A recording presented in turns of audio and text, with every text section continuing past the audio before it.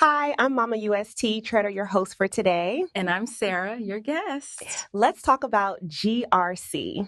Governance is the rules and direction of an organization. So governance tells everyone how things should be done. Exactly. Yeah. Start with the green light. Right. Green means governance. Yeah. The rules and direction of the organization. So green is our guide? Yes. Now, the yellow light stands for risk. Risk. Yeah. It means slow down and check what could go wrong. So yellow is a warning? Exactly. And the red light means compliance. Yeah. Stop and make sure everyone follows the rules. So red is checking the rules? Yes. To make it simple, think of GRC like cooking a recipe. Yeah. The recipe is governance. Yeah. Right? It tells you exactly what to do. Oh, so governance is the instructions? Yes. In this recipe example, risk is like the stove getting too hot, something could go wrong. So risk is spotting danger early? Exactly. Yeah. Compliance is like using a measuring cup. You Right. follow the steps exactly. So compliance keeps everything accurate? Yes, exactly. Mhm. So what do GRC analysts actually do every day? Mhm. We review evidence, prime, just like checking ingredients before you start cooking. Okay, one more thing. What about audits? What do they mean in GRC? An audit is like a chef tasting your food, Mhm. checking if you followed the recipe correctly. And what about risk assessments? Where does that fit in? It's like tasting your food before serving it, right? Yeah. You're checking for problems before anyone eats. Yeah. So how does all this cooking stuff connect to real GRC work? Simple. GRC is about following rules, spotting risks, and confirming everything is done correctly. Yes. What's the very first thing a GRC analyst looks at? Policies, they're the company's recipe. Everything we do in GRC starts there. And so after policies, what exactly are controls? Controls are the specific steps everyone must follow, the actions that make the policy real. Yeah. So what happens if a control is weak or the evidence doesn't match? That becomes a risk. Yeah. Right? Something that could impact the company if we don't fix it in time. Yeah. So what does compliance mean in real GRC work? Compliance makes sure everyone actually follows the rules. Right. Policies, controls, and all the requirements. Right. Why is GRC such a big deal for companies today? Because GRC protects the business. 5, it prevents mistakes, avoids fines, and keeps everything running safely. So how does GRC actually protect a company in real life? It catches problems early, Yeah. before they turn into breaches, penalties, or major business damage. Yeah. If someone is brand new, how do they start learning GRC? That's why I wrote GRC Essentials. Chapter 1 explains the fundamentals in simple English. MUST, this coffee is amazing. I'm glad you like it. After this, we'll head to Studio 2 to meet James. Thank you for welcoming me to Studio 2, Mama UST. Yay. I love this studio. Mama UST, I'm coming from sales and marketing. Do you think I can do GRC? Absolutely, James. Your background is an advantage. Later. James, people from sales and marketing do very well in GRC because communication is a huge part of the job. You already know how to work with people, explain ideas, and solve problems So that's exactly what GRC needs. Mama UST, with all these different frameworks, how does someone even get started? It's easier than you think, James. You just start with the basics.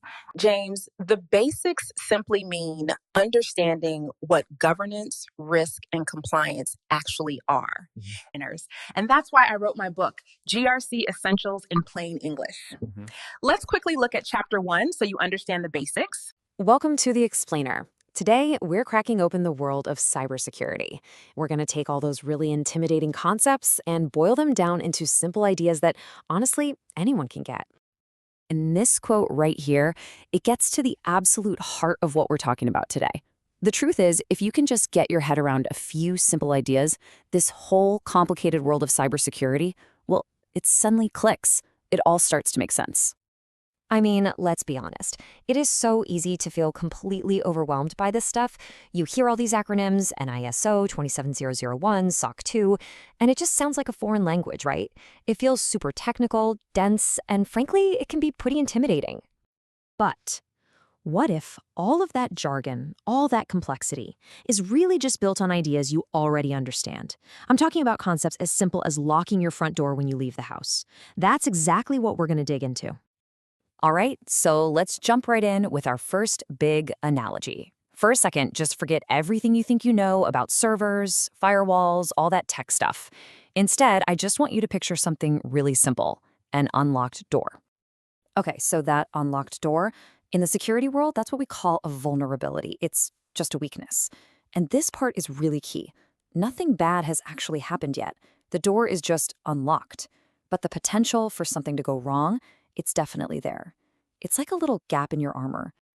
So let's continue the story. Imagine a burglar walking down your street. They spot that unlocked door, and suddenly they change course. They start walking right for it. That person, that's the threat. And again, notice, nothing bad has happened yet. But now we have an active player moving towards that weakness. They're the agent of potential harm. And this is where we get to risk. Risk is the moment the threat takes advantage of the vulnerability. The burglar walks right through that open door and hauls out your TV. That's it. That moment of loss, the actual damage, that's what we mean when we say a risk has been realized. It's the bad thing that happens when a threat and a vulnerability finally meet. So you see how this all connects? It's like a chain reaction. You can't have risk without both a vulnerability and a threat. That unlocked door isn't really a problem until a burglar shows up. This simple sequence, vulnerability, threat, risk, that's the bedrock of pretty much all security analysis. Okay, let's build on that. Because let's face it, in the digital world, what's at stake is rarely as simple as a stolen TV. The real danger, it goes a whole lot deeper. Just think about it for a second. Losing a TV is a bummer. It's a financial hit, for sure. But what if the burglar ignored the TV and instead grabbed your passport, your bank statements, your social security card? All of a sudden, the impact shifts from a one-time loss to a massive long-term headache. And that gets to what cybersecurity is really trying to protect. It's not about physical stuff. It's about protecting key qualities of your information. And this is where something called the CIA triad comes in. It's super important. First up, C for confidentiality. That's about keeping secrets secret. Then I for integrity, making sure your data is accurate and hasn't been messed with. And finally, A for availability, which just means you can actually get to your information when you need it. This table here really drives the point home. See, impact isn't just one size fits all. A stolen TV, that's a basic loss. But a stolen passport? Now we're talking a severe impact. Identity theft, all kinds of problems. An insider threat, someone who already knows your routines, that's seriously dangerous. And then you have something like a fire, which is just catastrophic. The point is, the real damage isn't just about what you lose, it's about the level of harm that loss causes. All right, so now we've got the basic language of risk down. But here's the thing. A real company isn't like a house that just sits there. It's a complex system that's always moving, always changing. So it's time to upgrade our analogy. Let's imagine your organization isn't house. Instead, it's a priceless, one-of-a-kind prototype car on a cross-country journey. It's dynamic, it's valuable, and it's got a specific destination in mind. And this new analogy? It's the perfect way to understand the system that really steers the whole organization. We're talking about governance, risk management, and compliance, or what everyone just calls GRC. You can think of it as the company's operational brain. The car analogy makes GRC so much easier to understand. Governance is like mission control. It sets the final destination and the big picture rules for the trip. Risk management, that's the actual driver, the one with their hands on the wheel, dodging potholes and dealing with bad weather in real time. And compliance, that's just following the traffic laws, making sure you don't get a ticket. So governance, our mission control, it doesn't just say, hey, drive to New York. No, it provides a whole rule book. It starts really broad with policies, like the general rule, drive safely. Then it gets more specific with standards, like your headlights have to be on after dusk. And then it gets super detailed with procedures, the literal step-by-step instructions on how to do something, like changing a flat tire. See, it's a whole hierarchy, from big ideas down to tiny details. And to make sure this whole journey happens safely, responsibilities are split up into what's called the 3 lines of defense. The first line? That's your driver, the people actually doing the work, the operations teams. The second line is the navigator, sitting in the passenger seat. Those are the risk and compliance folks giving advice and checking the map. And the third line, that's like an independent inspector who shows up at a rest stop, the internal audit team, just to make sure both the driver and the navigator are doing their jobs right. But here's the thing. It doesn't matter how great your driver is or how smart your mission control is. If you're gonna drive from San Francisco to New York, you can't just make up your own rules. You have to follow the same rules of the road as everyone else. And that is where security frameworks come into play. So what is a security framework? Well, think of it as the official rule book for the digital highway. It's a structured set of best practices and guidelines that everybody agrees on. Just like how we all agree on what a stop sign means, these frameworks make sure every company has a shared understanding of what it means to be secure. And these frameworks kind of come in three main flavors. First, you've got regulatory ones. These are actual laws. You don't have a choice, you have to follow them. Then there are industry frameworks. You might not go to jail for ignoring them, but you won't be able to do business. Like, you can't process credit cards without following their rules. And finally, you have voluntary frameworks. These are optional, but they're the best practices that smart companies choose to follow to make themselves even safer. And you can see some examples right here.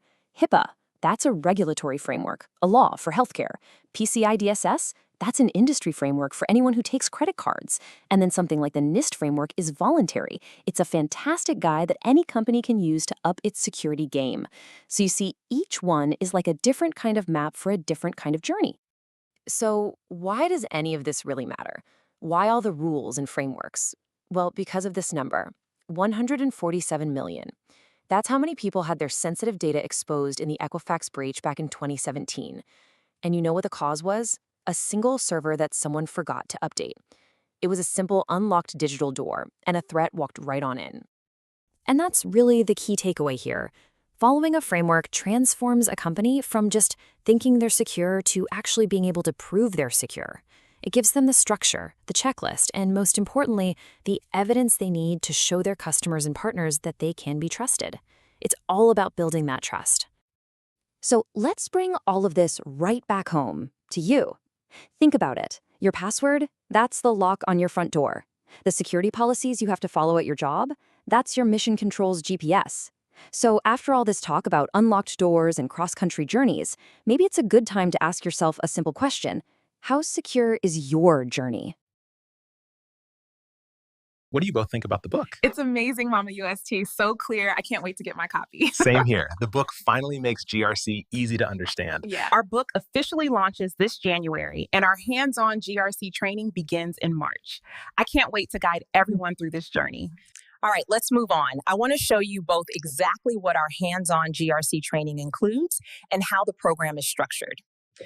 All right, today we are breaking down a roadmap for getting a job in one of the hottest fields in tech right now, GRC. That's governance, risk, and compliance. And we're going to see how it's tackling the next massive frontier, artificial intelligence. So here's the big question, right? How do you actually land one of these high-paying tech jobs that honestly barely existed a few years ago? I mean, feels like AI governance are just exploding, thanks to everything from huge data breaches to new global rules. But how do you get the practical skills that employers are actually looking for? It can feel impossible. So let's look at two totally different ways to tackle this. You know the drill with the traditional online course, right?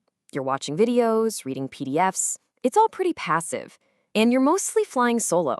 But the approach we're looking at today, it is a completely different animal. It's all built around active, hands-on projects where you develop real-world skills, and you've got expert mentors guiding you. It's really the difference between knowing something and actually doing it. So let's dig into this first key idea, a different kind of training that gets you way beyond just the theory. And this quote, man, it just nails it. This isn't about memorizing a bunch of definitions from a textbook. The whole point is to simulate the actual day-to-day job of a GRC analyst, so you're doing the exact same tasks you'd be getting paid to do in a real company. And all of this doing, well, it's not just for practice. It all leads to the single most important thing a job seeker can have, a real portfolio of work that proves you can hit the ground running on day one. And just look at the stuff you're building here. This isn't some high-level summary. You're creating professional-grade documents from the ground up, a full system security plan, an SSP. You're writing actual policies and standard operating procedures, SOPs, creating a risk register with real scoring. These are the exact things companies expect their GRC teams to produce. And what's so crucial is that this work isn't happening in some theoretical bubble. Nope. Every single task is mapped to the major industry frameworks that companies live and die by. We're talking about things like NIST, which is the US government's gold standard, or HIPAA for healthcare, and GDPR for data privacy over in Europe. So you're not just learning a task, you're learning the language that global companies are legally required to speak. So the result of all this is incredibly powerful. When you walk into a job interview, you don't just say, yeah, I understand GRC. You say, let me show you. and you pull out your portfolio with that security plan, that risk register, those policy documents, I mean, that completely changes the conversation with any hiring manager. Okay, now this is where things get really forward-looking. This whole approach doesn't just stop with the GRC of today, it pushes right into the next big frontier, mastering AI.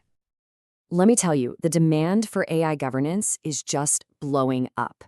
Every single company that's using AI is now staring down these huge questions about risk, about bias, fairness, transparency, and they are scrambling to find people who can figure this stuff out. There just aren't enough qualified professionals to go around.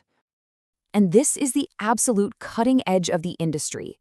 We're talking about mastering the brand new frameworks that are going to define this field, like the NIST AI Risk Management Framework and the new global standard ISO 42001.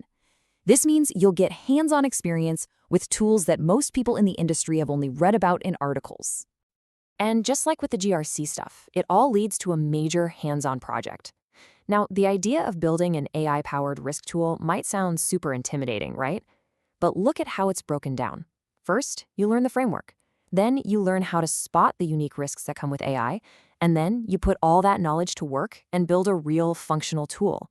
Having that in your portfolio is a massive, massive advantage. Okay, so you've built the skills, you've got this amazing portfolio, but how do you turn all of that into an actual job offer? Well, this next part is all about closing that gap. So, to help you work like someone who's been doing this for years, you get a whole suite of professional tools. Think about it, AI risk scoring templates that guide your analysis, or an automated report generator that turns your work into a slick professional document in minutes. These are designed to be just like what companies are actually using on the job. This part right here is absolutely critical.